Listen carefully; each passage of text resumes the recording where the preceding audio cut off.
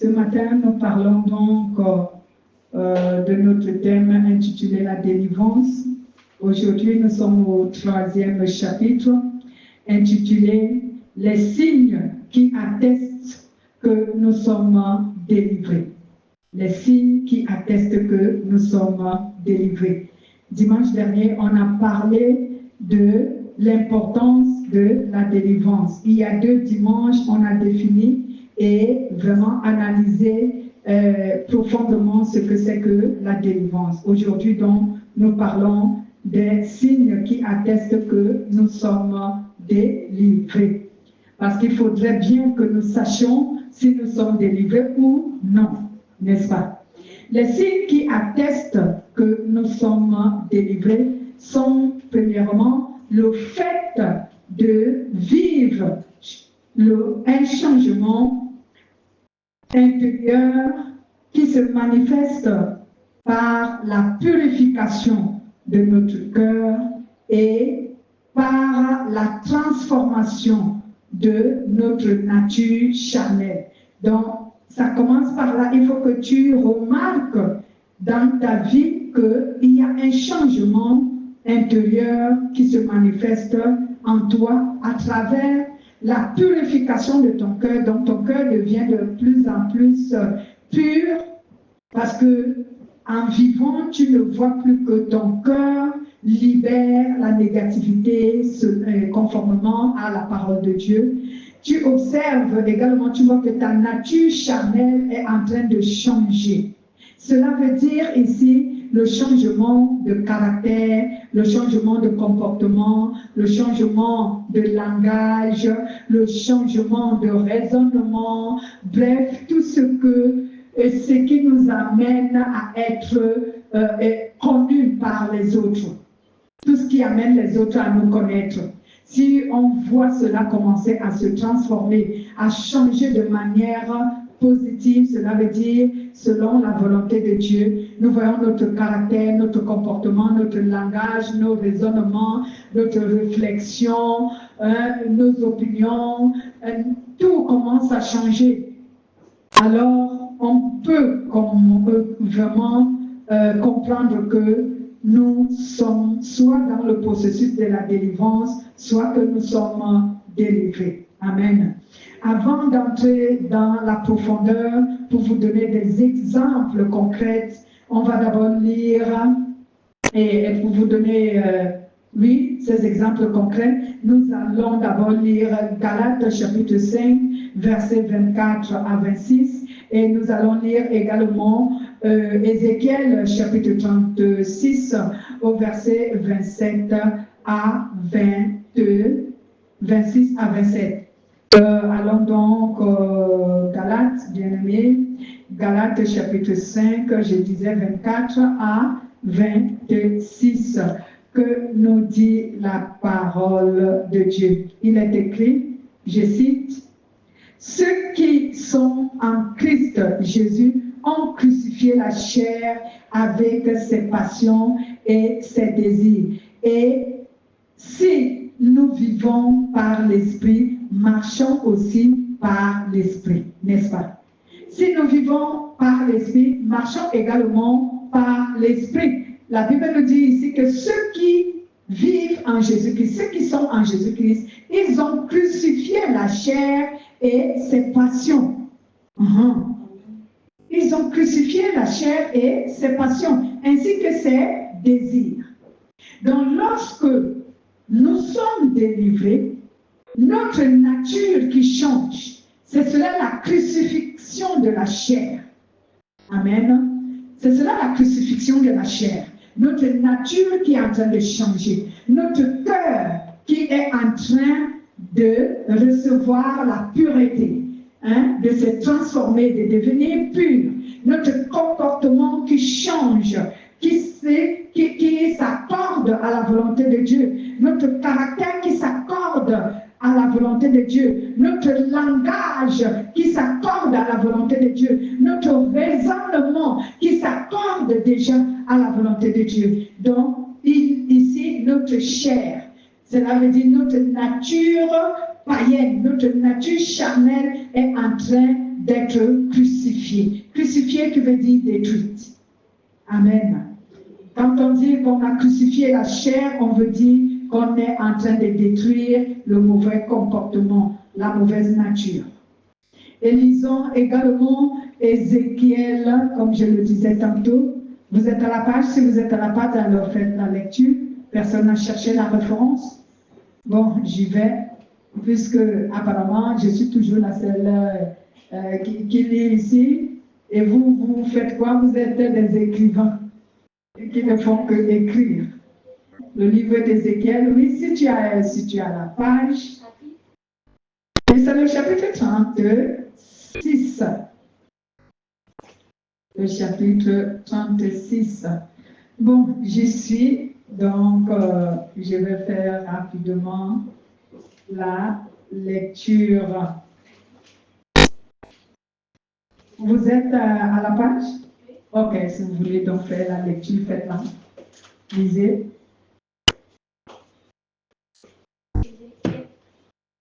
Ézéchiel 36, Ézéchiel 36, Ézéchiel verset 38, chapitre 24 à 26. Verset 26 à 27, allez-y. Verset 26 à 27.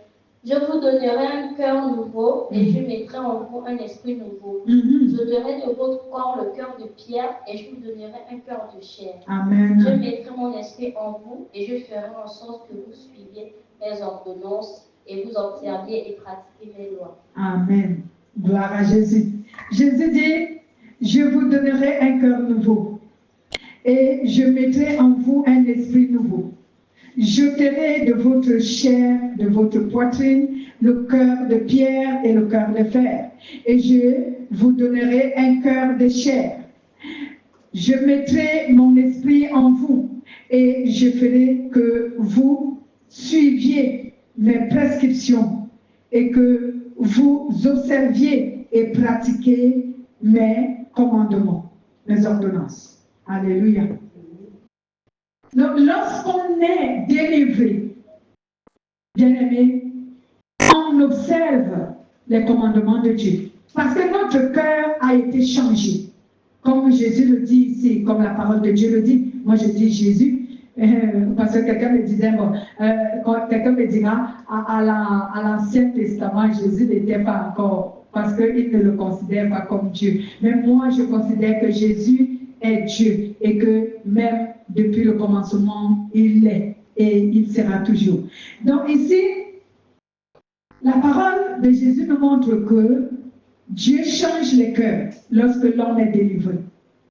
Et c'est cela même l'impact de la délivrance. C'est cela l'objectif de la délivrance, c'est de changer nos cœurs. Comme je dis ici, ôter, donc enlever la dureté qui est dans nos cœurs, les raisonnements qui sont dans nos cœurs, hein, les justifications, tout ce qui est contraire à la volonté de Dieu, tout ce qui ne s'accorde pas à la volonté de Dieu, enlever cela de nos cœurs pour remplacer cela avec ce qui s'accorde à la volonté de Dieu.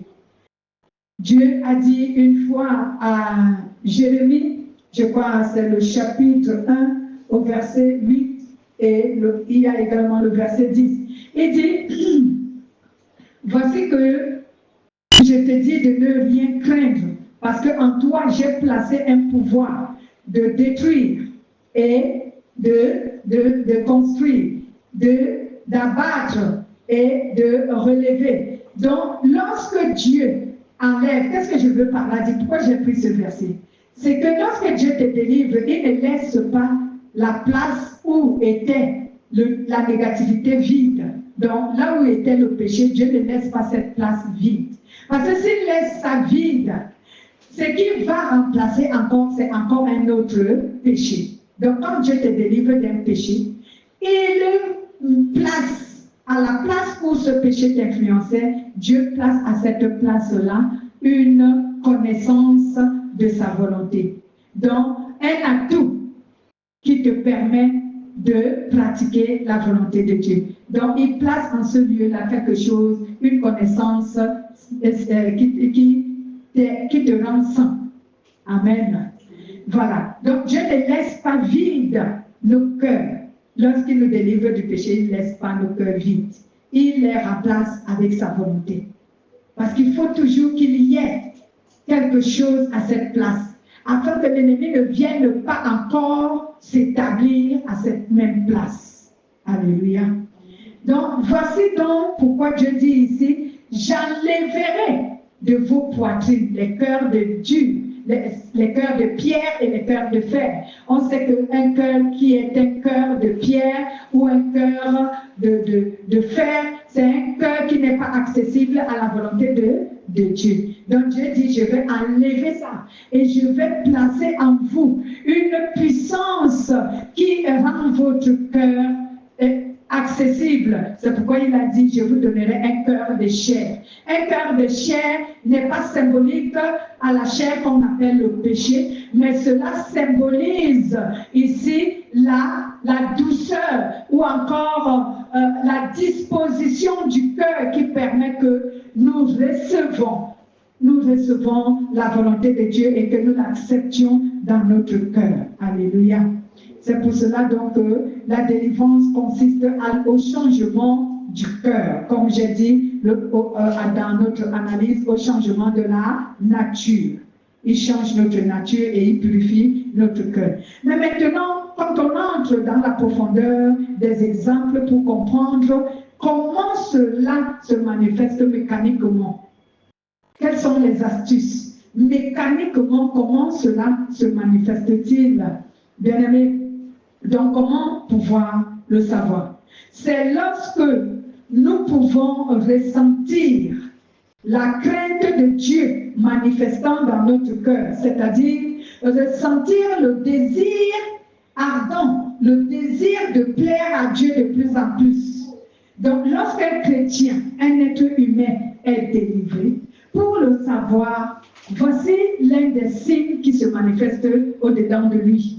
Il ressent, il a d'abord la crainte de Dieu, il ressent la crainte de Dieu en lui. Et cette crainte de Dieu le pousse à rechercher l'amour, donc à rechercher l'obéissance, à rechercher la sainteté. Cette sainteté qui consiste à vouloir toujours plaire à Dieu et non à lui-même et non aux humains. C'est pourquoi je dis souvent, il ne faut pas confondre.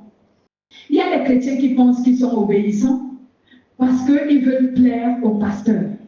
Il ne faut pas chercher à plaire au pasteur. Il est bien vrai qu'il faut être obéissant, soumis au pasteur. Mais la Bible ne nous demande pas de chercher à plaire aux hommes. La Bible nous demande d'être en paix avec les hommes. Il ne faut pas confondre les termes. Alléluia. Ne confondons pas les termes. Quand la Bible dit « Soyez en paix avec tout le monde », selon que vous le pouvez et selon qu'il vous le permette, parce que nous pouvons le vouloir sans qu'il nous le permette, mais selon qu'il nous le permette. Donc, il faut être en paix avec tout le monde. Cela veut dire aime ton prochain comme toi-même. Mais la Bible ne t'a jamais demandé de chercher à plaire à ton prochain. Vous comprenez la différence? On plaît à Dieu. C'est à Dieu qu'on doit chercher à plaire. Donc, même le pasteur est ton prochain. Donc, la Bible ne t'a pas dit de chercher à lui plaire. Mais la Bible te dit qu'il faut le respecter et il faut l'aimer. Donc, ne confondez pas les termes. Celui qu'on doit plaire, c'est Dieu. Mais il y a des chrétiens qui pensent être obéissants parce que pour eux, ils cherchent à plaire au pasteur, ils cherchent à plaire aux humains. Si tu cherches à plaire aux humains, tu ne seras pas agréable à Dieu. C'est moi qui te dis. Sois-en sûr. Si tu cherches à plaire aux humains, tu ne seras jamais agréable à Dieu. Parce que la volonté des humains qu'ils aimeraient que nous fassions pour les plaire, quelquefois cela déplaît à Dieu. C'est qu'eux, ils veulent qu'on fasse pour leur plaire. Quelquefois cela déplaît à Dieu. Quelquefois cela n'est pas de la volonté de Dieu. Je vais vous prendre un exemple. L'exemple d'Abraham avec sa femme Sarah. Il fut un moment, Abraham se retrouve avec deux femmes. Il a déjà Sarah. Maintenant, sa femme, Sarah lui a même encore donné Agar avec qui il a fait un enfant. Agar commençait maintenant à s'enorgueillir et à manquer de respect à Sarah. D'une manière inconnue d'Abraham, parce qu'Abraham ne savait pas que c'est ce qui se passait. Parce que les femmes ont tendance à se provoquer en silence, sans que le mari le sache pour ceux qui sont polygames. Donc, Sarah a donc fait la part de sa volonté à son mari, en lui disant, il faut que tu fasses partir Agar. Mais Abraham, lui, il était attaché à son enfant que Agar avait. Il était attaché à Ismaël, il ne voulait pas que Ismaël parte. Alléluia. Alors, Abraham voulait que Sarah supporte Agar à cause de son enfant. Et pourtant, ce n'était pas la volonté de Dieu. Alléluia. Ce n'était pas la volonté de Dieu. C'est pour cela que Dieu a parlé lui-même à Abraham. Il lui a dit que fais partir Agar. Il faut que tu fasses ce que ta femme te dit. Fais partir Agar. Alléluia. Et Abraham n'était pas content parce qu'on lui séparait de son enfant. Charnellement, on lui donnerait raison. Mais divinement, Dieu n'était pas d'accord. Que Ismaël grandisse avec Isaac, Dieu n'était pas d'accord, ce n'était pas le plan de Dieu. Alléluia. Donc il ne cherchait pas à plaire aux humains. Si Sarah avait accepté de garder Agar avec son enfant, quelque chose allait se passer. Mais heureusement pour Sarah que Dieu a parlé à Abraham. Alléluia. Abraham n'a pas fait partir Agar et Ismaël parce que Sarah a parlé. Non, il a fait partir ces gens-là parce que Dieu lui a confirmé que Sarah avait raison, il faut qu'Agar et son fils s'en aillent. Vous voyez? Alléluia. Ne cherchez pas à plaire aux hommes. Cherchez à plaire à Dieu. Donc, le pasteur, c'est le respect. Le pasteur, c'est l'amour. C'est ton prochain et c'est ton leader. Tu dois le respecter parce qu'il est ton leader. Tu dois l'aimer parce qu'il est ton frère et ton prochain. Mais, chercher à lui plaire, non, ce n'est pas à lui que tu dois chercher à plaire, c'est à Dieu. Alléluia. Voilà donc, bien-aimés, la Bible nous dit donc, c'est lorsque nous ressentons la crainte de Dieu, c'est-à-dire lorsque nous ressentons le désir de plaire de plus en plus à Dieu. Voici un signe qui montre que soit que nous sommes délivrés du péché, soit que nous sommes dans le processus de la délivrance du péché. Psaume chapitre 111, verset 10. Vous allez lire à la maison parce qu'il faut que je profite rapidement du temps. Et vous aussi, c'est votre devoir. Parce que j'ai l'impression que les gens jettent leur Bible et leur cahier quand ils arrivent à la maison. Donc vous allez me lire ces références. C'est le fait pour moi de vous ramener à suivre l'enseignement personnellement chez vous. Psaume 111, verset 10. Deuxième signe, c'est lorsque nous ressentons déjà la haine du péché. C'est-à-dire que nous avons déjà le péché en horreur. Les humains n'ont pas le péché en horreur. Au contraire, les humains adorent le péché et ils l'accueillent à bras ouverts. Mais lorsque tu es délivré du péché, ou encore lorsque le processus de la délivrance est en train de se manifester dans ta vie, tu vas commencer par détester le péché. Tu vas commencer par haïr le péché. Et tu vas même commencer par discerner le péché. Donc, voir là où il y a le péché. Amen. Quand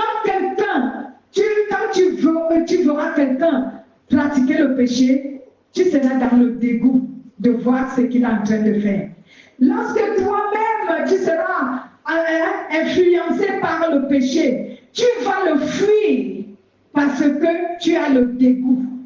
Tu as déjà la haine du péché. Donc la haine du péché va te pousser à être prudent et à ne pas te laisser soumettre.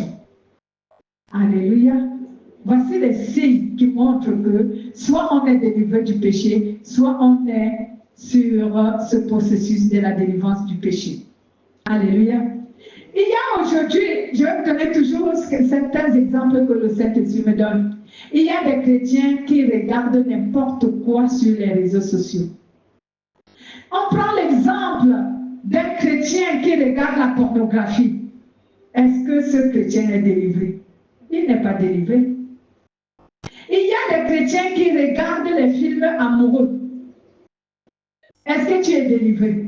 Parce que c'est une séduction, cela souille ton âme. Lorsque tu vas voir les gens en train de faire les rapports sexuels, cela va te souiller, cela souille ton âme, rien qu'à force de regarder. Amen. Oui, mais télénovelas, c'est pas bon pour un chrétien. Et c'est pas bon. Mais les films d'horreur vont attirer les cauchemars dans ta vie. Les chrétiens ignorent que même le regard, l'entendement crée le péché, suscite la tentation. Lorsque tu regardes, tu entends, cela va susciter la tentation. Et cela peut te soumettre au péché. Donc il ne faut pas regarder n'importe quoi. C'est là, je vais vraiment un jour te crier dessus. Il faut que tu arrêtes l'histoire de TikTok. Il faut regarder ce qui instruit ton âme, ce qui t'ajoute une connaissance. Donc, quand tu vas sur les réseaux sociaux, il faut aller comme quelqu'un qui marche sur un champ de mine. Il faut trier les vidéos dont tu regardes. Il ne faut pas regarder n'importe quoi. Et il ne faut pas écouter n'importe quoi. Parce que tout ce que tu vois et tout ce que tu écoutes va souiller ton âme et ça va te soumettre à la tentation. Faites attention. Les réseaux sociaux sont un instrument d'information et même d'instruction. Mais il faut faire attention. Tout ce qui est dedans ne nous convient pas. L'apôtre Paul a dit dans sa parole, dans le livre de Corinthiens, tout est permis, mais tout n'est pas utile. Donc, l'Internet, les réseaux sociaux sont un outil d'information, mais il faut savoir quelle information tu vas chercher ou tirer sur ces réseaux sociaux. Sinon, tu vas te retrouver captif et prisonnier dans un péché et sans que tu te rends compte que tu t'es déjà égaré. Faites très attention. Hier on parlait de TikTok, hier j'étais sur TikTok en train de scroller les vidéos. Et il y a une vidéo qui est venue dans mes comptoirs où la fille disait que le sperme 190 n'est pas à lire pour tout le monde parce que c'est un sperme qui fait vraiment peur, des trucs comme ça. Un psaume? Oui, un psaume. Oui. Voilà, c'était dans mes comptoirs parce que j'ai même mis la Bible. Tous les psaumes sont permis. Tout ce que Dieu a mis dans la Bible, c'est permis. Quand j'ai vu ça, j'ai dit que c'est n'importe quoi. Et j'ai vu des réplications de certains de mes proches qui disaient oui, il ne faut pas. C'est ridicule. C'est vraiment ridicule parce que c'est pétri. Il y a une somme qu'on ne doit pas lire. Non, tout ce que Dieu a écrit dans cette Bible, hein, c'est à lire. Nous devons le lire. Et même Dieu voudrait qu'on lise et qu'on comprenne le sens. Si Dieu, tout ce que Dieu n'a pas voulu qu'on lise et qu'on connaisse, il a caché ça. Alléluia. La mort, tu connais l'heure où tu vas mourir. Pourquoi Dieu a caché l'heure de ta mort? Parce qu'il n'a pas voulu qu'on le sache. Amen. Pourquoi Dieu a caché qui est ton ennemi spirituel? Parce qu'il ne veut pas qu'on le sache. Tout ce que Dieu ne veut pas qu'on le sache, il l'a caché aux hommes. C'est pour cela que quand tu vas chercher à connaître ce que Dieu a caché, tu deviens un idolâtre. Tu n'es plus un enfant, tu n'es plus saint, tu deviens un idolâtre. Parce que Dieu te l'a caché, parce qu'il ne veut pas que tu le saches. Ce que Dieu veut que nous sachions, lui-même, il nous le fait savoir. Il ne cache pas. Alléluia. Donc, si cette écriture a été donnée, c'est que Dieu veut qu'on la connaisse et qu'on connaisse même le sens et la profondeur. Il veut. Amen. Donc, faites attention à ce que vous voyez, à ce que vous écoutez, parce que de là aussi viennent la tentation et la séduction. Amen. Donc, la haine du péché, c'est prendre soin de ton cœur. Il faut veiller à ce que tes yeux ne voient pas n'importe quoi. Il faut chercher à ce que tes oreilles n'entendent pas n'importe quoi. Il faut veiller à ce que ton cœur ne médite pas n'importe quoi. Il faut veiller. Il faut veiller. Alors, un chrétien qui est délivré connaît ces choses et il veille. Un chrétien qui est délivré du péché, il veille à ce que ses yeux doivent voir. Parce qu'il sait qu'il y a la tentation qui vient de là. Il veille à ce que ses oreilles doivent entendre. Parce qu'il sait que la tentation aussi vient de là. Il veille même à ce que son cœur doit penser. Lorsque les pensées négative et contraire à la volonté de Dieu commence à animer son cœur, il s'élève dans la prière pour les chasser, pour demander de l'aide au Saint-Esprit de changer les pensées de son cœur. Alléluia. Bien-aimé, c'est un travail qu'il faut s'exercer à faire. Alléluia. Donc, lorsque tu vois donc que tu commences par avoir le dégoût du péché, la haine du péché, sache que tu es délivré ou alors que tu es dans ce processus de la délivrance. Vous allez lire Proverbe chapitre 4, verset 23. Un autre signe, c'est lorsque nous pouvons résister fermement à la tentation. Voilà. Lorsque tu as la capacité de résister à la tentation, à la séduction, tu es délivré du péché ou encore tu es sur ce processus de la délivrance du péché. Excusez-moi. Donc, bien-aimé, lorsque tu vois qu'en toi, la capacité de résister au péché,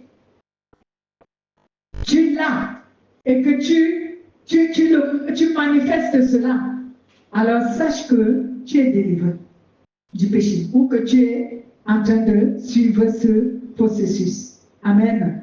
Matthieu 26, verset 41.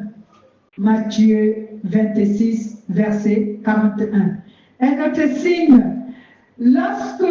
c'est lorsque nous pouvons ressentir une volonté sincère de réparer les fautes commises.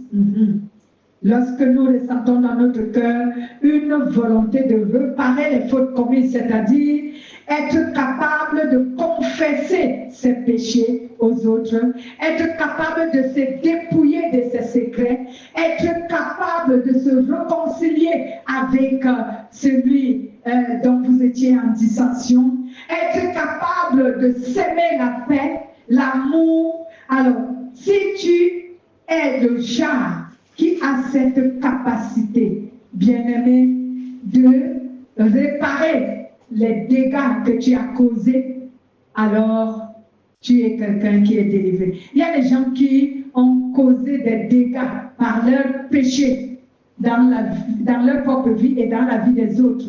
Je parle par exemple les gens qui sèment la discorde entre les autres. Les gens qui sèment la discorde entre les autres, quelquefois d'une manière consciente et d'autres d'une manière inconsciente. Je prends un exemple d'une manière consciente. Quelqu'un qui a volé, nous habitons toute la même maison et il y a eu un vol, quelqu'un vole. Et on accuse quelqu'un d'autre, mais il sait bien que la personne qu'on accuse, ce n'est pas elle qui a volé, mais c'est lui. Mais il refuse d'avouer. Alléluia. Il refuse d'avouer. Un chrétien qui a reçu la parole de Dieu avoue. Il va dire, par exemple, c'est moi qui ai pris et j'avais peur de demander, mais j'ai pris sans demander. Amen. Donc, il répare la faute afin qu'on n'accuse pas quelqu'un d'autre. Amen. J'ai un frère qui nous a donné un témoignage d'un autre frère, parce que moi, je n'ai pas connu le frère qui a donné le témoignage, mais un frère nous a donné le témoignage d'un autre. Quand il était chrétien, il venait d'être chrétien, et dans l'église, il sortait avec la femme de quelqu'un d'autre, et ce monsieur, il était un général. Les deux étaient dans l'église, et ils faisaient cette cochonnerie ensemble. Voici donc que lorsque la parole de Dieu a touché son cœur, lorsqu'il est entré dans le processus de la délivrance, que la parole de Dieu est en train de toucher son cœur, on va apprendre ça en évoluant. Comment est-ce que nous arrivons à être délivrés? Donc, la parole touchait son cœur. On disait aux gens, ceux qui ont des secrets doivent se dépouiller de leurs secrets, parce qu'un enfant de Dieu ne garde pas des secrets avec lui. Alléluia. Alors, dans l'église, ils savaient qu'ils faisaient ce genre de cochonnerie ensemble. Et le pasteur, dans la prédication, est allé très loin. Il leur a dit qu'ils doivent arrêter, ils doivent confesser qu'ils le font, et ils doivent même aller demander pardon à la personne dont ils ont cocufié, donc au mari de la femme. Et figurez-vous que le mari de cette femme était général, c'était un général de l'armée.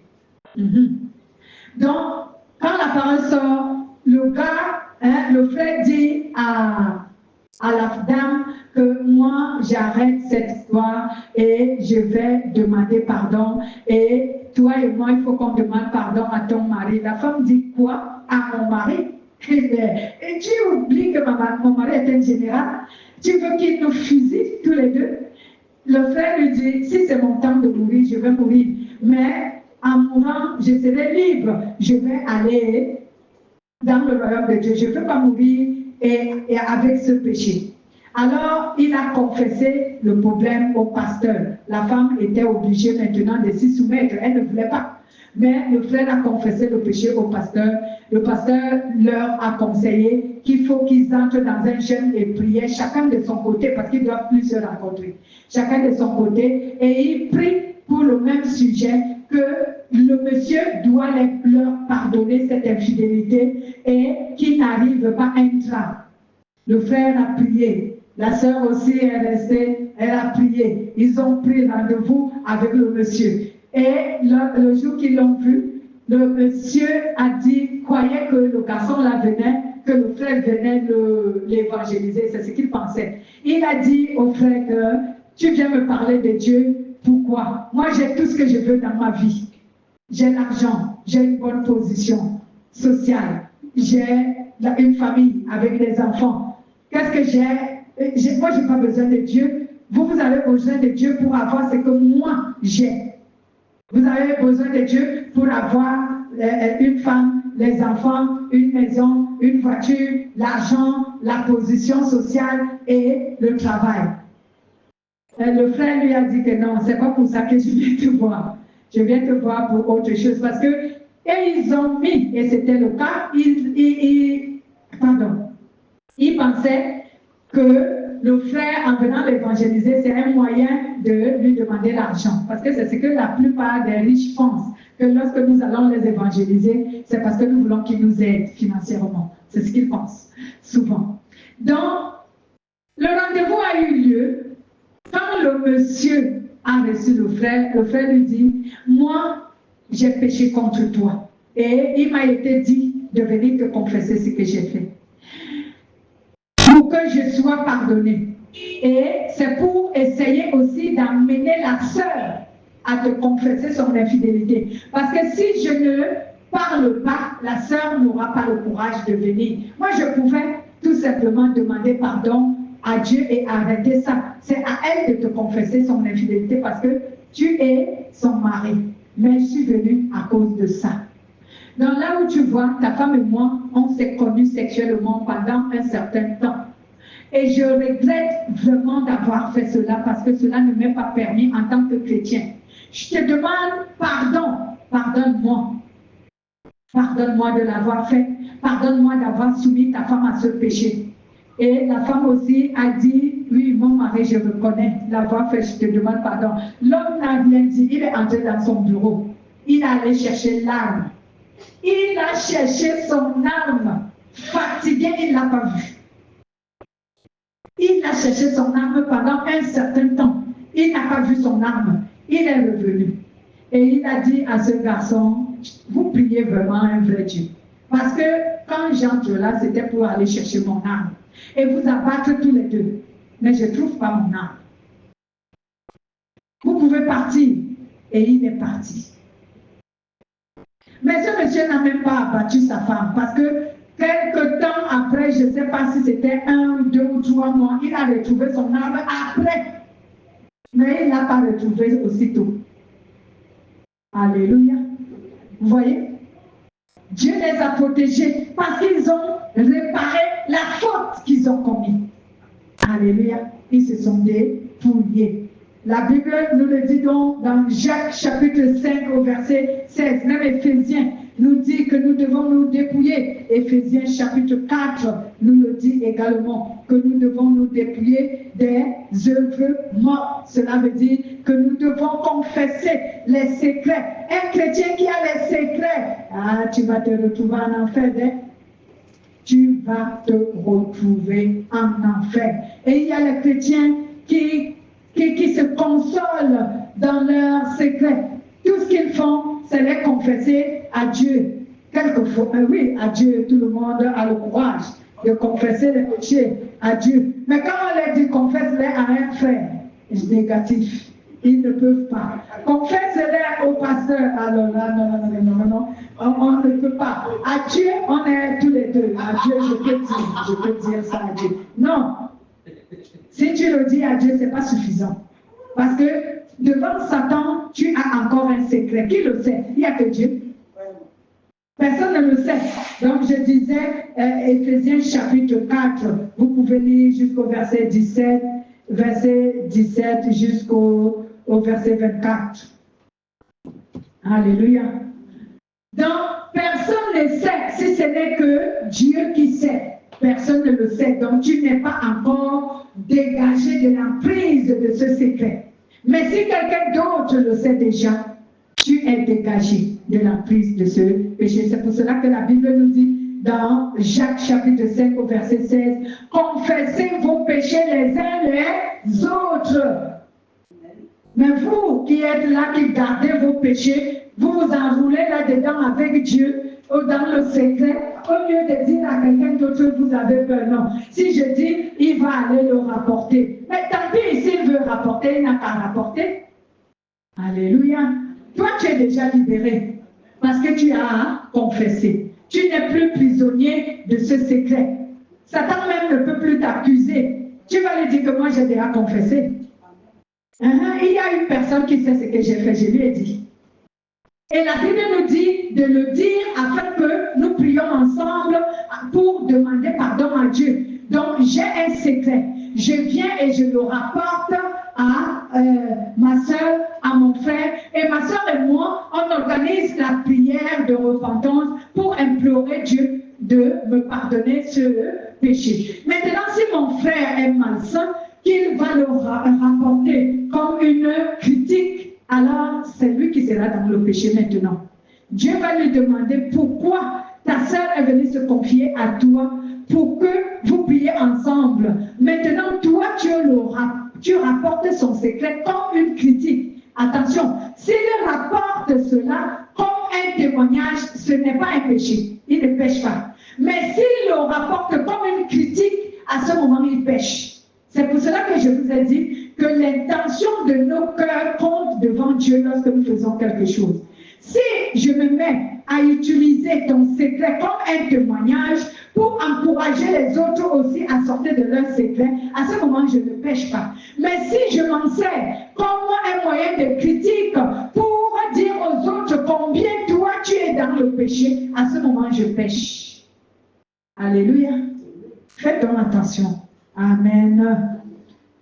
Voilà, également, il nous faut, un autre signe, c'est lorsque nous avons la capacité de pardonner facilement les autres. Parce qu'il y a des gens qui n'ont pas la facilité de pardonner. J'ai pardonné, mais il n'a pas encore pardonné.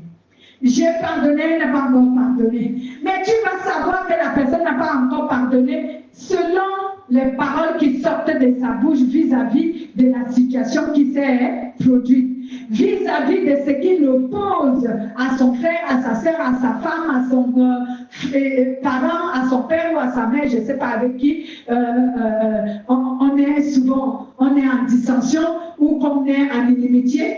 Bon, je ne parlerai pas de l'inimitié, je parlerai de la dissension ou des incompréhensions ou des mésententes. Donc, lorsque tu vois la personne parler de cette histoire dans la forme de critique, elle n'a pas pardonné, il n'a pas pardonné. Si tu parles encore comme une critique, comme une calomnie, c'est que tu n'as pas pardonné. Alléluia. Il y a beaucoup qui font ça. Voici les signes, les astuces, les mécanismes que je vous donne pour détecter si tu as pardonné ou tu n'as pas pardonné. Quand tu parles encore de ce qui s'est passé dans la forme de calomnier ou de critiquer, c'est que tu n'as pas encore pardonné. Alléluia. Mais quand tu parles de manière à témoigner ou à bénir une autre personne pour l'encourager, c'est que tu as pardonné. Comment tu parles de l'histoire qui s'est produite ou qui te pose à l'autre? Comment tu parles? Comment tu parles de lui? Est-ce que tu parles de lui avec colère, avec critique, avec condamnation, avec jugement? Comment tu parles? Si tu parles avec tous ces termes, c'est que tu ne lui as pas encore pardonné. Et quelqu'un dit Amen. Amen. Tu n'as pas encore pardonné. Même si ta bouche dit j'ai pardonné, tu n'as pas pardonné. Parce que le jour que tu pardonneras, tu n'auras plus le temps de le critiquer ou de calomnier. Tu n'auras plus ce temps-là. Tu t'en fiches, c'est passé. C'est ce que les païens appellent, tu as tourné la page. Amen. Tu as tourné la page, tu t'en fiches. Tu ne parles plus pour critiquer, non, tu ne parles plus. Tu n'as plus le temps et quelquefois même tu oublies cette personne ou cette histoire. Alléluia. Il y a Matthieu chapitre 18 au verset 35. Matthieu chapitre 18 au verset 35, Dieu nous dit, si vous ne pardonnez pas vos frères avec tout votre cœur, Dieu vous tiendra responsable de ce non-pardon. Il y a également le signe que lorsque nous ressentons la soif de prier Dieu et de méditer sa parole pour connaître sa volonté. Voici les signes qui montrent que tu es délivré ou que tu es dans le processus de la délivrance du péché. Tu vas ressentir dans ton cœur quotidiennement la soif de prier. Tu as toujours envie de prier. Tu as envie de méditer la parole de Dieu pour comprendre la volonté de Dieu, pour augmenter la connaissance de la parole de Dieu, pour approfondir la connaissance de la volonté de Dieu. Cette envie manifeste en toi. Ce désir est manifeste en toi. Il est vif. Il manifeste jour et nuit. Mais il y a des chrétiens qui disent qu'ils sont délivrés, mais la prière est une bagarre pour eux. Pour prier, c'est une bagarre. Si la prière devient compliquée pour toi de prier, et tu n'es pas encore délivré. Alléluia. Parce que la délivrance nous approche de Dieu. La délivrance nous fait entrer dans l'intimité avec Dieu. Comment tu peux être proche d'une personne et toi et lui, vous ne communiquez pas constamment? Vous croyez que c'est logique, c'est normal? C'est pas normal, n'est-ce pas? C'est pas normal. Comment? Vous communiquez le dimanche. Ah, vous communiquez seulement le dimanche. Ça, c'est une relation à distance. Alléluia. Amen. Mais même les relations à distance sont tellement bien structurées aujourd'hui qu'on communique même 10 fois par jour. Amen. Alléluia. Donc quand tu es proche de quelqu'un, vous communiquez tous les jours et à tout moment, vous communiquez. Alors comment veux-tu me faire connaître que tu es en harmonie avec Dieu et toi et lui, vous ne communiquez pas? Tu as du mal à prier. Tu as du mal à connaître sa volonté. Quand tu aimes une personne, tu veux immédiatement découvrir cette personne du début jusqu'à la fin. Tu veux la connaître, mais toi, tu dis que tu aimes Dieu, mais tu ne veux pas connaître qui est Dieu ni sa volonté. Et est-ce que c'est vrai ce que tu dis? C'est pas vrai. Cela montre que toi et lui, vous n'êtes pas aussi intime que tu le fais savoir ou que tu le prétends. Alléluia. Donc, bien aimés, voici donc les signes que je vous ai cités. Vous avez votre enregistrement que vous allez bien écouter pour comprendre. Alors, comment la délivrance se déroule-t-elle physiquement, spirituellement et émotionnellement? Bien aimés, sur le plan physique, voici comment la délivrance se déroule. Elle se déroule de telle sorte que la parole de Dieu que nous recevons en nous, elle vient façonner notre cœur. Cela veut dire qu'elle vient façonner notre caractère, elle vient façonner notre comportement, elle vient influencer notre cœur pour nous amener à adopter la volonté de Dieu. Bien aimé, pour nous amener à adopter la volonté de Dieu. C'est le but de l'influence de la parole de Dieu que nous recevons. Voici donc pourquoi, lorsque tu ne reçois pas la parole véritable, la parole authentique que le Saint-Esprit reconnaît comme étant la vérité, bien aimé, tu ne seras pas délivré parce qu'avec quelle parole le Saint-Esprit va-t-il venir influencer ton cœur pour te donner un caractère de Dieu? Avec quelle parole? C'est pourquoi il faut donc recevoir la parole authentique de Dieu. Pas le mensonge qu'on raconte un peu partout pour plaire à ceux qui écoutent, mais la parole qui transforme l'être humain dans sa moralité, dans ses émotions, dans sa connaissance, dans son intérieur. La parole qui transforme ton caractère. Alléluia. Donc, voici comment la délivrance se produit de manière physique.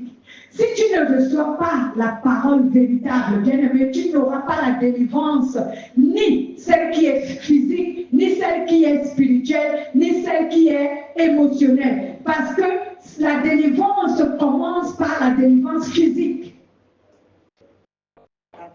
La parole de Dieu doit entrer dans ton cœur pour influencer ton cœur, afin de te donner un caractère qui est en accord avec la volonté de Dieu, afin de te donner un comportement qui est en accord avec la volonté de Dieu, afin de changer tes habitudes à celles qui se rapportent à la volonté de Dieu. Donc, si tu ne reçois pas la parole véritable, tu ne seras donc pas délivré.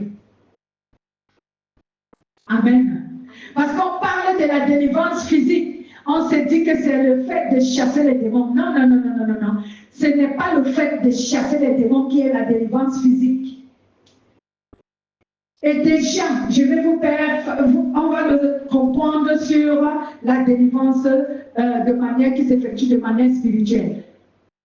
La délivrance physique n'est pas le fait qu'on te chasse les démons. Ce n'est pas ça la délivrance. C'est le fait que la parole de Dieu vienne combattre le péché dans ton cœur. C'est ça la délivrance. La parole de Dieu vient lutter contre le péché dans ton cœur. C'est pour cela que j'ai l'habitude de vous dire que le combat spirituel, c'est la lutte qui se passe dans le cœur de l'homme entre le bien et le mal, entre la volonté de Dieu et le péché. C'est ça le combat spirituel.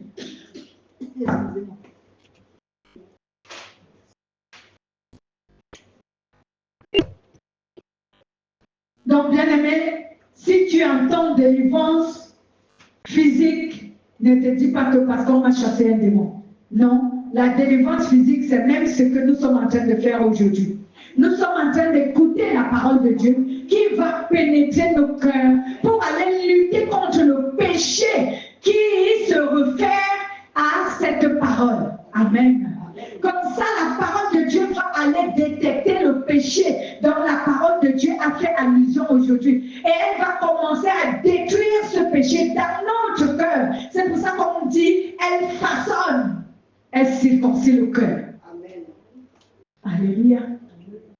C'est ça le processus, c'est ça le mécanisme de la délivrance.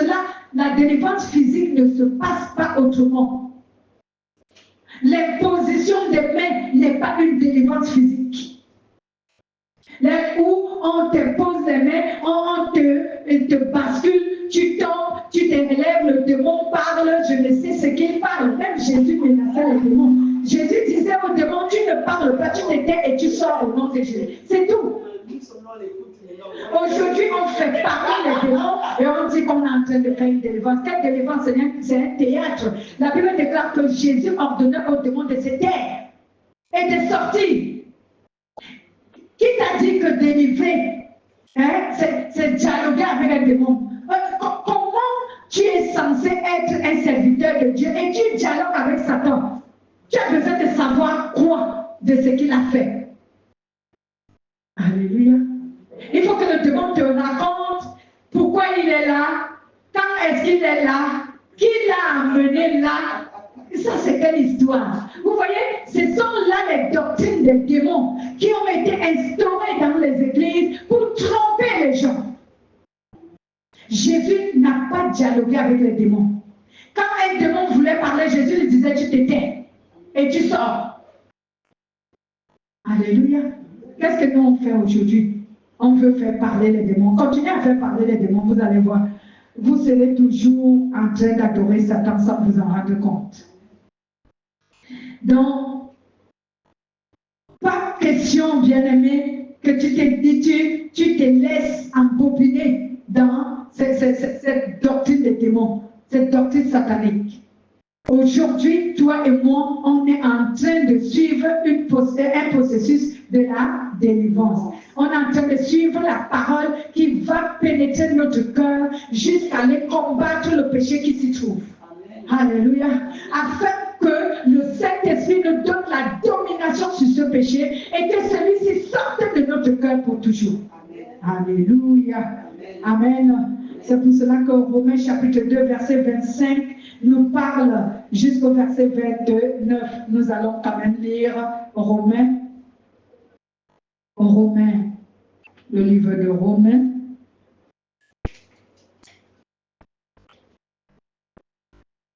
Romains chapitre 2, au verset 25 à 29. Il nous dit la parole de Dieu, je cite, « Certes, la circoncision est utile si tu pratiques la loi, mais si tu transgresses la loi, la circoncision devient l'incirconcision. Si donc les circoncis, autant pour moi, observent les ordonnances de la loi, son incirconcision ne sera-t-elle pas comptée comme circoncision? L'incirconcis de nature qui accomplit la loi ne te condamnera-t-il pas, toi qui transgresses tout en ayant la lettre de la loi et la circoncision de la chair? Le juif n'est pas celui qui a les apparences et la circoncision. Ce n'est pas celle qui est apparente dans la chair. Mais le juif, c'est celui qui l'est intérieurement. Et la circoncision, c'est celle du cœur, selon l'esprit et non selon la lettre. La louange de ce juif ne vient pas de l'homme, mais de Dieu. Amen. Donc la circoncision, ce n'est pas celle de la chair, mais celle du cœur. Alléluia. Donc si ton cœur est circoncis, cela veut dire que si la parole de Dieu pénètre dans ton cœur et va extraire de ton cœur le péché, alors tu es délivré physiquement. Amen. Parce que la parole de Dieu est sortie de ton cœur Parce que là, le péché, la parole de Dieu a fait sortir, voilà ce que je voulais dire. Parce que la parole de Dieu a fait sortir le péché de ton cœur. La parole de Dieu a extrait le péché de ton cœur. Alors physiquement, tu es délivré. Amen. Vous lirez Jérémie chapitre 4, verset 4 à la maison. Passons maintenant à la délivrance spirituelle. Bien-aimé, c'est la délivrance physique qui accomplit la délivrance spirituelle. Comme je venais de dire tantôt, tu ne peux pas prétendre être délivré spirituellement sans être délivré physiquement. C'est impossible. Alléluia. C'est la délivrance, bien-aimé, physique qui accomplit la délivrance spirituelle.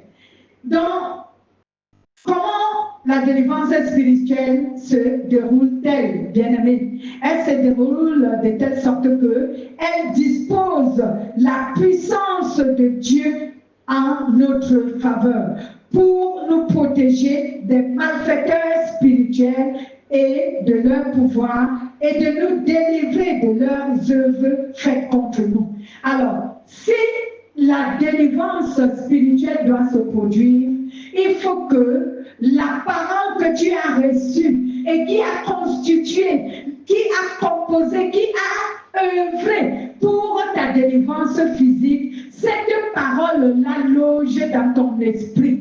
Quand nous recevons la vraie parole, que le Saint-Esprit reconnaît autant pour moi comme la sienne, cette parole-là loge dans notre esprit. Et vous savez bien que c'est notre esprit qui communique avec les divins. C'est notre esprit qui communique avec les esprits, que ce soit l'Esprit Saint, que ce soit l'esprit maléfique. C'est notre esprit qui communique avec le monde des esprits. Donc quand tu dors, lorsque la parole de Dieu a logé dans ton esprit, bien-aimé, quand tu dors, la puissance de la parole de Dieu qui loge dans ton esprit, le Saint-Esprit la met en mouvement pour ta sécurité spirituelle. Vous comprenez comment le mécanisme s'effectue?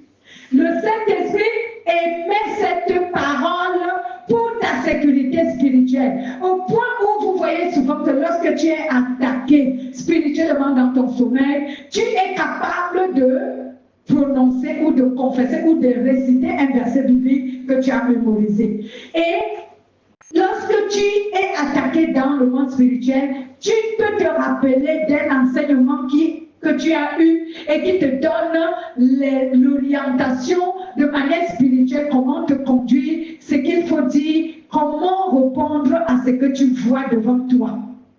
Alléluia. Mais si tu n'as pas la parole de Dieu, comment tu vas recevoir les instructions? Alléluia.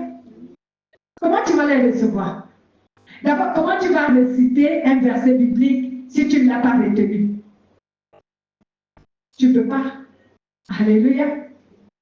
Voilà, à ce moment, il y a seulement les gens hasardieux dont le Saint-Esprit fait grâce, que quand il dit au nom de Jésus-Christ, comme la Bible dit qu'au nom de Jésus-Christ, tout genou fléchit. Alors, au nom de Jésus-Christ, certains sont souvent attaqués dans leur sommeil, mais ils ne sont pas délivrés parce qu'il n'y a aucune parole logée dans leur esprit. Et quelquefois, même, ils n'ont pas le Saint-Esprit. Mais comme ils savent que le nom de Jésus, tout genou fléchit, ils confessent au nom de Jésus. Et ceux qui les attaquent fuient. Amen. D'autres, ils sont vaincus. Parce que lorsqu'on les attaque, ils sont incapables. Parce que je vous ai souvent donné des exemples tels que quand on t'attaque, si tu n'as pas la possibilité de courir, c'est que tu es dans le péché. Parce que le péché rend l'être humain spirituel lourd. Et il n'arrive pas à courir parce qu'il est dans le péché. Lorsque tu es délivré du péché, si quelqu'un te poursuit, mon Dieu, mais tu cours plus qu'une fusée. Vraiment. Il ne peut pas t'attraper. Amen. Il ne peut pas t'attraper parce que tu es léger. Tu es léger. Et la Bible déclare que les enfants de Dieu prennent l'envol comme un aigle. Alléluia. Tu es léger. Il n'y a rien qui t'alourdit spirituellement. Mais si n'arrives même pas à faire un pas, tu ne peux pas courir. Donc on va t'attraper. Amen. Il y a des faits également que d'autres, quand ils luttent, ils sont dans une bagarre. Il est vaincu, on le tape. Il n'arrive pas à taper celui avec qui il se bat spirituellement. Parce qu'il est dans le péché. Alléluia. Il y a d'autres, on est en train de le manipuler spirituellement. Il n'arrive pas à discerner ce qu'il voit devant lui. Pourquoi? Parce que c'est un ignorant. Il n'a aucune parole de Dieu dans son esprit. Alors, qu'est-ce qui va lui faire savoir que ce que tu es en train de faire, on est en train de t'initier à la sorcellerie. On est en train de t'utiliser pour faire du mal. Il ne connaît rien. Il n'a aucune parole de Dieu dans son esprit. Pour lui rappeler que ce que tu vois là, ce n'est pas la volonté de Dieu. Vous voyez que quand Dieu nous dit de recevoir sa parole et la mettre en pratique, vous voyez que c'est bien. Hein? Cela agit même du côté spirituel. Alléluia. Quand vous voyez les gens disent, la femme l'a pris beaucoup. Hein? Non, il y a aussi la parole là-dedans. La parole est là, logée dans mon esprit. Satan ne peut pas, Satan, ces démons sont sorciers. Ils ne peuvent pas facilement me tromper spirituellement. Parce que la parole de Dieu est dans ma tête et dans mon esprit. De manière spirituelle, quand ils font une scène, un rituel, je suis à même quelquefois de discerner que ce rituel, il n'est pas de Dieu. Et je ne l'accepte pas. Spirituellement, je ne l'accepte pas. Parce que dans ma tête, dans mon esprit, la parole de Dieu me fait connaître que le rituel qui est en train d'être fait devant toi, il ne vient pas de Dieu. Dieu ne l'approuve pas. Et alors, mon cœur aussi ne veut pas. Alléluia. C'est pour cela que le monde spirituel m'a toujours confessé que celle-là, elle est têtue. Eh oui, c'est ce qu'on dit souvent. Quelquefois, on montre du doigt, elle est têtue. Quand vous voyez le monde spirituel dit que tu es têtu, c'est que tu les as dépassés. Ils ne savent plus quoi faire de toi. Ils ne laissent pas. Oh, ils ne laissent pas. Ils font toujours, ils multiplient les tentatives. Ils multiplient les tentatives. Bon, vous pourrez lire Psaume chapitre 34 au verset 8 à 23. Psaume 34, verset 8 à 23. Alléluia. Donc, quand tu es dans la délivrance spirituelle, cette délivrance, elle n'est pas douloureuse, à comparer avec la délivrance physique. La délivrance physique, elle est douloureuse. Pourquoi? Parce que l'opération, j'ai souvent dit, une opération chirurgicale est en train de se faire au-dedans de toi. Cela veut dire que la circoncision de ton cœur est en train d'être faite. Donc tu ressens la douleur. Lorsqu'il faut que tu sois délivré de la colère, de la rancune. Vous croyez que comment est-ce que ça se passe pour que tu sois délivré de la colère ou de la rancune? Dieu va faire en sorte que les gens te mettent en colère. Oui, les gens ne comprennent pas. Un examen, pour passer un examen, on te donne les épreuves selon l'examen que tu passes, n'est-ce pas? On te donne les épreuves selon l'examen que tu passes et selon ce que tu as appris. Amen. Donc si Dieu doit te délivrer de la colère, et il ne va pas seulement dire à la colère libère la... Non. Dieu va faire en sorte que les gens te mettent en colère. Et il va également te dire comment tu dois te comporter pour ne pas entrer en colère. Alléluia. Il va parler à ton cœur. Comment faire pour ne pas entrer en colère? Ou encore, comment faire pour sortir de la colère si tu es entré dans la colère? Pour te délivrer de la cupidité, Dieu va faire en sorte que tu aies un problème ou des problèmes financiers, afin qu'il t'enseigne comment sortir de la cupidité. Pour sortir également de l'infidélité, Dieu va te prouver sur l'infidélité. Il va placer les choses ou les choses qui vont te pousser à l'infidélité pour t'amener à ne pas céder. Alléluia. Mais beaucoup de gens Beaucoup de chrétiens ne comprennent pas que c'est comme cela que le processus de la délivrance se passe. Ils se disent que ça va seulement se volatiliser comme ça va quitter. Non, sans épreuve, tu vas bien comprendre. L'épreuve est une expérience que tu acquiers et qui te permet de garder l'expérience de ce que tu as vécu et de comment tu es sorti. Alléluia.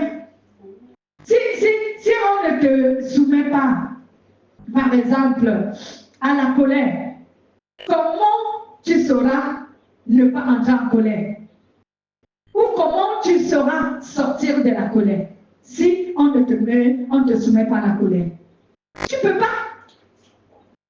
C'est comme cela que cet examen-là est constitué. C'est comme cela que ça se fait. Ça se produit. Alléluia. Oh, tu veux être délivré de l'hypocrisie. Dieu va placer les moyens de l'hypocrisie. Il va permettre que Satan te séduise dans le moyen de l'hypocrisie pour voir si tu vas éviter de pratiquer l'hypocrisie ou que tu seras sincère ou honnête. Chaque péché dont Dieu doit te délivrer, il va t'éprouver sur ce péché. C'est pour cela que c'est douloureux. Alléluia. La cupidité, Dieu peut faire en sorte que tu n'aies pas l'argent. Par exemple, afin que tu ne sois pas cupide. Mais est-ce que c'est comme cela que tu ne seras pas cupide? Non. Dieu, quand il fera que tu n'aies pas l'argent, il va commencer à t'enseigner de ne pas aimer l'argent et de ne pas compter sur l'argent parce que l'argent ne résout pas tous les problèmes. Compte sur Dieu. Et chaque fois que tu vas compter sur l'argent, c'est que tu n'as pas encore été délivré de la cupidité.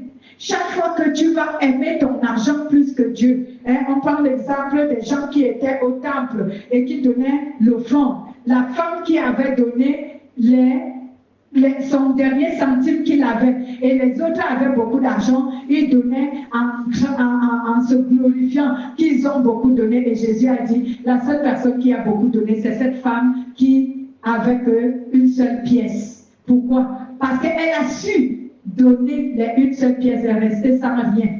Beaucoup de ceux qui disent que je ne suis pas cupide, lorsqu'on leur dit donne ton argent à telle personne et il va regarder que si je lui donne, moi je vais rester avec combien, il ne donne pas. Et il pense que l'amour de l'argent, c'est pas ça. L'amour de l'argent, c'est ça aussi.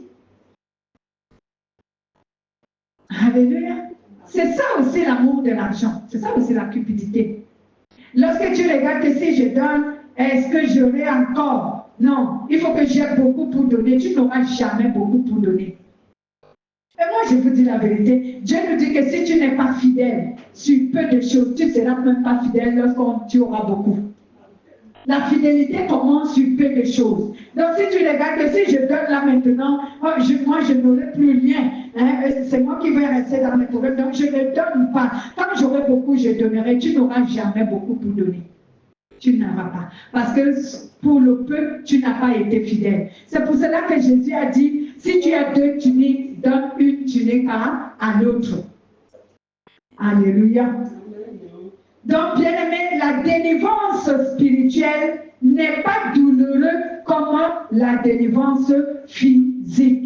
La délivrance physique est tellement douloureuse. Lorsqu'on te dit, par exemple, pardonne le mal que l'autre t'a fait, et le mal là ronge dans ton cœur, on te dit pardonne, tu as du mal à pardonner, mais Dieu veut que tu pardonnes. Lorsqu'on te dit aime celui qui t'a fait du mal, tu as du mal à aimer ton ennemi, quelqu'un qui œuvre jour et nuit pour que tu ne réussisses pas. On te dit il faut l'aimer. Hey, c'est pas facile d'aimer, mais Dieu te dit aime-le. Lorsque tu vas commencer à l'aimer, c'est que tu es délivré. Et moi, je vous donne les mécanismes et les astuces qui peuvent vous permettre d'aimer les gens qui vous font du mal.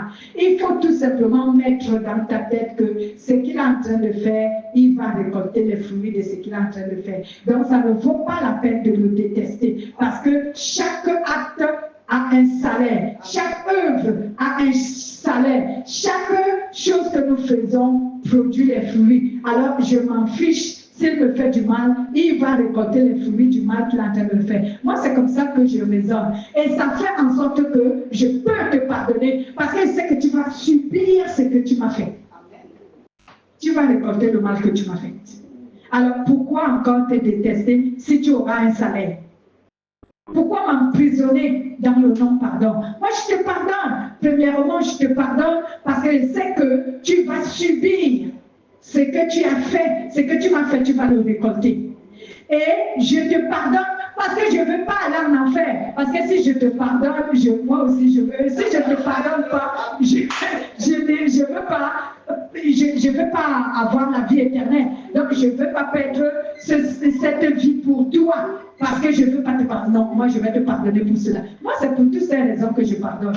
Je te pardonne aussi parce que je ne veux pas être emprisonné dans le non-pardon. Lorsque ton cœur garde les gens prisonniers dans le non-pardon, tu ne seras pas béni et moi je vais être béni. Alors je te pardonne. Je me libère. Alléluia. Voici mes 3 raisons, mes 3 astuces qui font souvent que je pardonne même le pire de mes ennemis. Alléluia. Oui, il faut connaître ces petites astuces. Si Jésus même nous pardonnait, parce qu'il savait tout ça. Alléluia. Ce sont les secrets qui vous permettront de pardonner. Il ne faut jamais chercher à te venger. Celui qui t'a fait du mal, il va récolter le mal. Je vous assure que rien de ce qu'un homme fait sur la terre ne passe inaperçu devant Dieu. Jamais. Tu fais le bien, tu vas avoir le salaire de ton bien. Tu fais le mal, tu vas avoir le salaire de ton bien. Et du mal que tu as fait. La Bible déclare que toute chose produit les fruits. Alléluia. Et celui qui a semé va récolter les fruits. C'est pourquoi moi, je pardonne. Alléluia.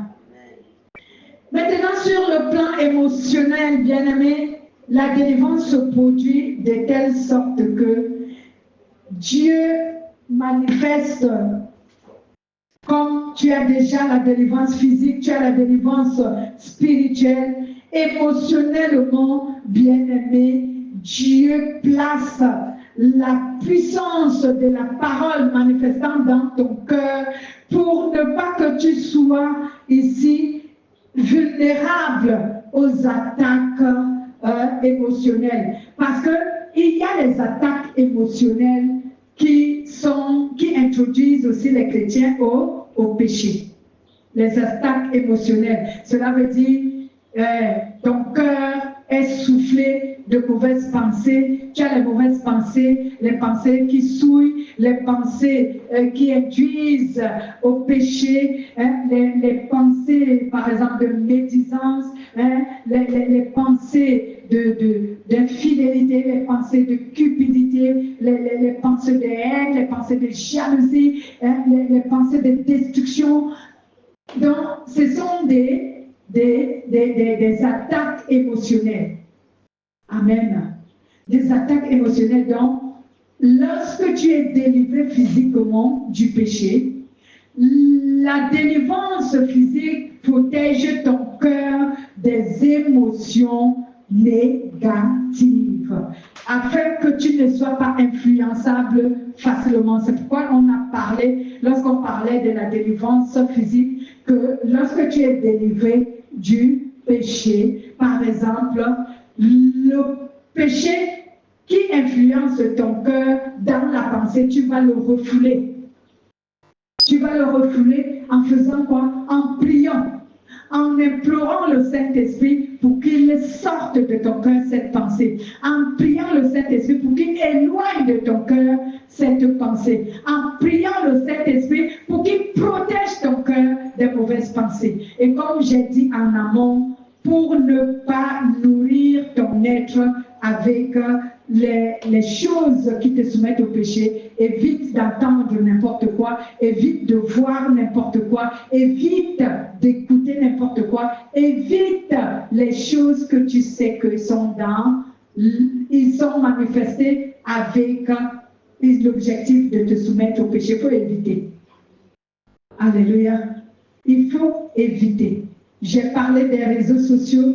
Il ne faut pas aller sur les réseaux sociaux n'importe comment. Il faut aller avec l'intention soit d'édifier, soit de chercher ce qui te donne la connaissance. C'est un outil d'information. Ça nous donne des informations, ça nous éduque. Mais on doit chercher ce qui nous éduque et non pour se distraire. La distraction n'est pas de Dieu. Donc, si tu vas sur les réseaux sociaux pour te distraire, comme on dit souvent, pour tuer le temps, alors le temps là, tu ne vas pas le tuer. C'est ce que tu vois qui va te tuer. Ça va tuer ta foi.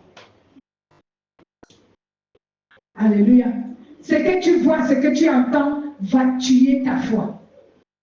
Donc, il faut protéger donc son cœur pour ne pas que les attaques émotionnelles viennent te soumettre au péché. Mais la délivrance émotionnelle, c'est que le Saint-Esprit protège ton cœur de sorte que ton cœur ne soit pas influencé avec tout ce qui est négatif. Amen. Voici donc, bien-aimés, la parole d'aujourd'hui. Vous pouvez lire Matthieu chapitre 6, verset 27, 1 Pierre chapitre 5, verset 7, 2 Timothée chapitre 1, verset 7. Je vais reprendre. Matthieu chapitre 6, verset 27, 1 Pierre chapitre 5, verset 7 et 2 Timothée chapitre 1, verset 7. Voici donc, nous terminons aujourd'hui avec notre thème, la délivrance. Ce que je peux t'exhorter, c'est qu'il faut que tu saches que la véritable délivrance, c'est pas le fait qu'on t'ait chassé les démons, c'est pas le fait que tu sois sorti d'une situation difficile. La délivrance, c'est sortir de l'emprise du péché, vaincre le péché. Et ici, pour être délivré du péché, cela ne se produit pas sans douleur.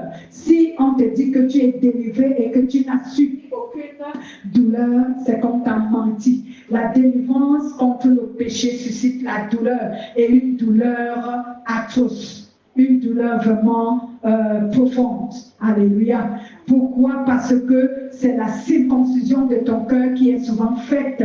Et la circoncision du cœur est comme une opération chirurgicale. On extrait quelque chose de défectueuse de ton cœur pour le retirer, alors cela fait mal.